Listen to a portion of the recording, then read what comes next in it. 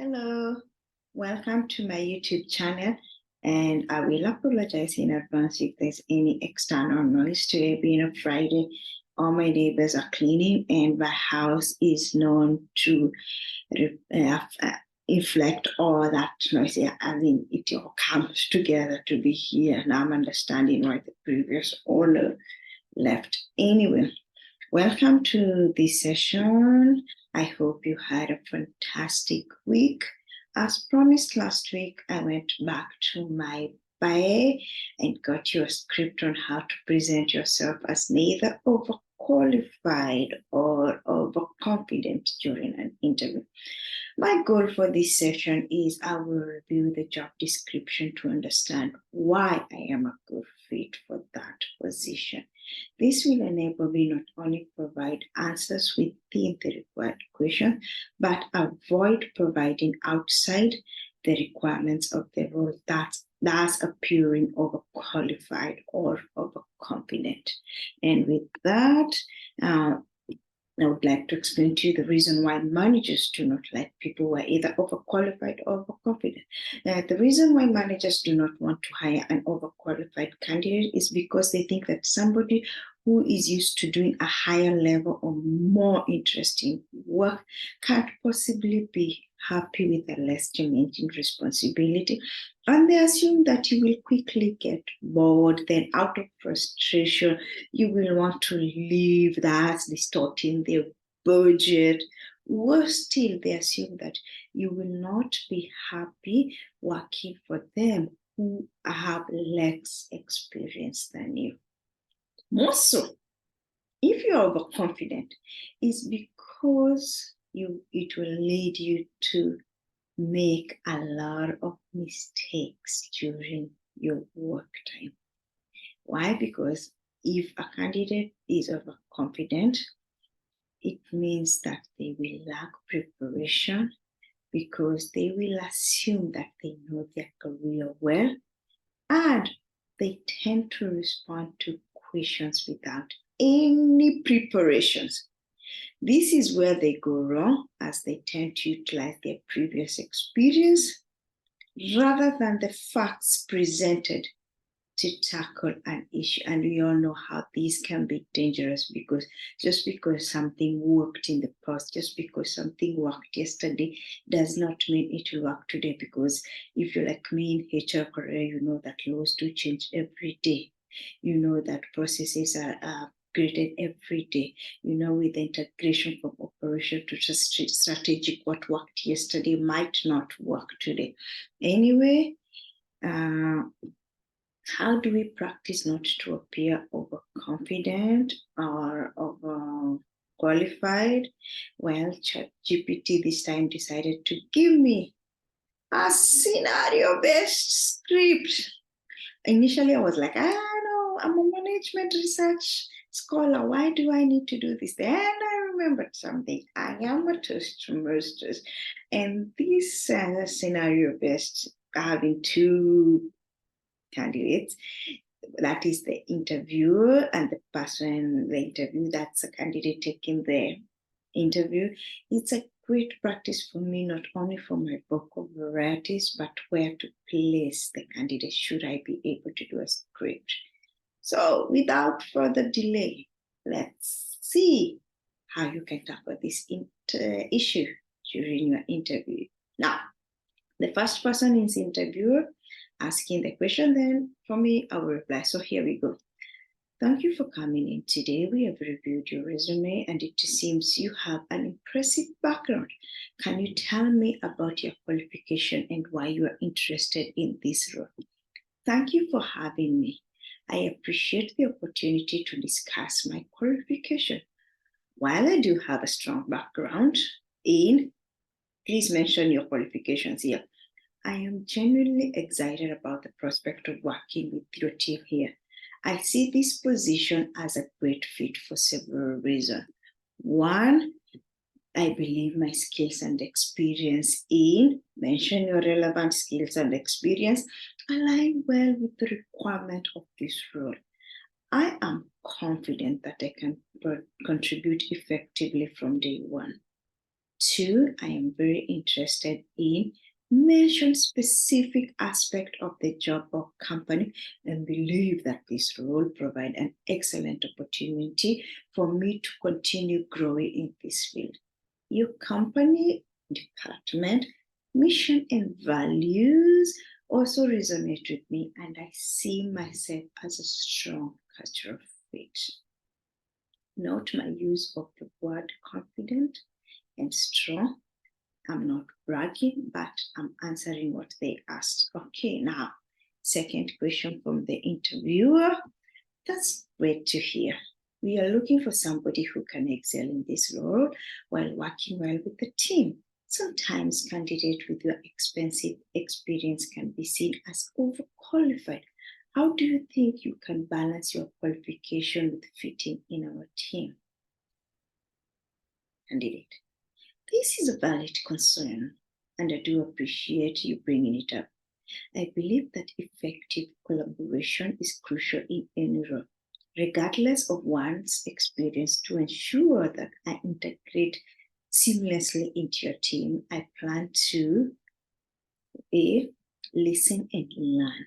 I will actively listen to my colleagues, seek their insight and feedback to better understand their perspective and dynamics in the team.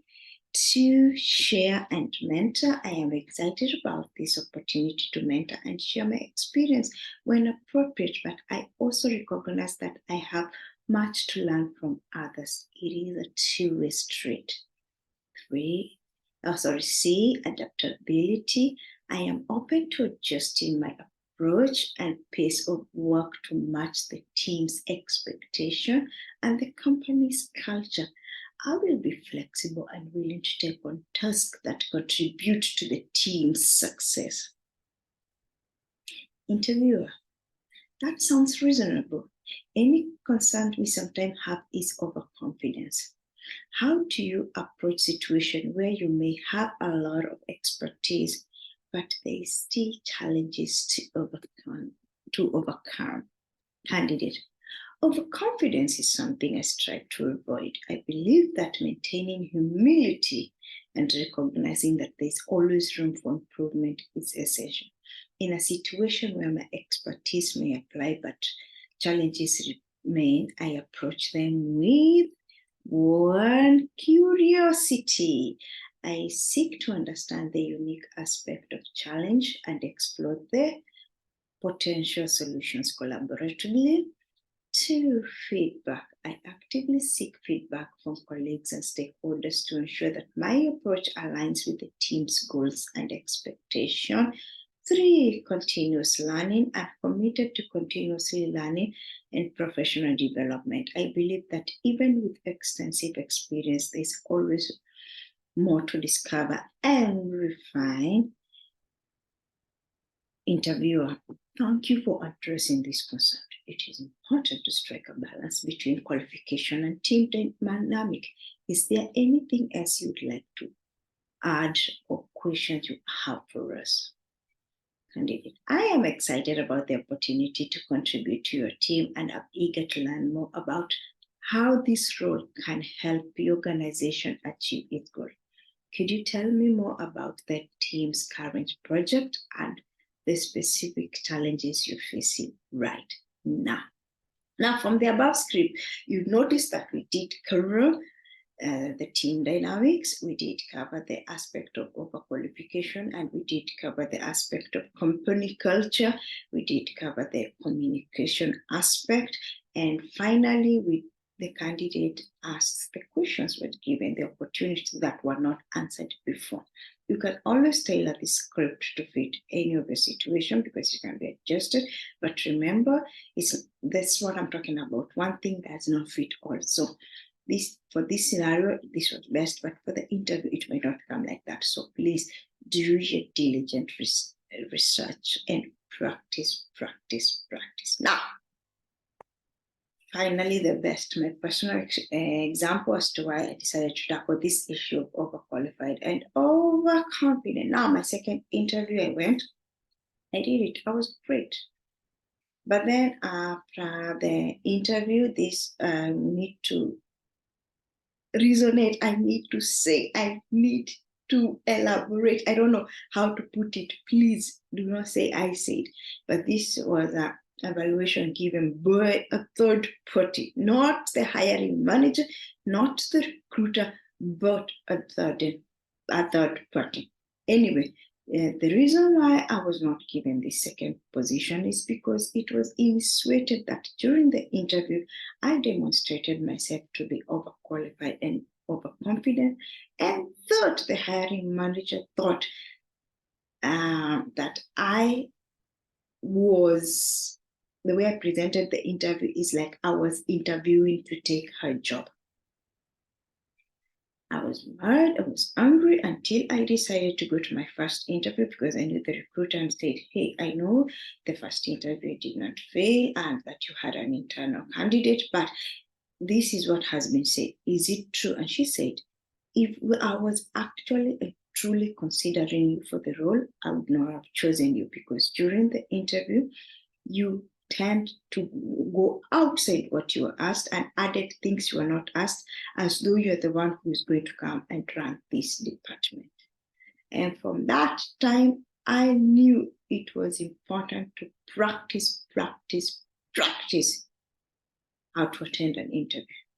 Because I might have the knowledge, but like she said, I diverted from the question asked and chose to give my own answers outside what was listed in the job description, outside what the department wants, hence demonstrating that it can run the department better than anybody else. And let's be realistic, which hiring manager would hire such person? So now I went and practiced and I was able to go for a second interview in my last interview, which I'm currently waiting for the results. Even if I don't get the job, I am happy that round one was successful and it shows that my practice is working and that I'll continue practicing until that day when I get the job. And this is what I'm trying to explain to you. We are all here to learn.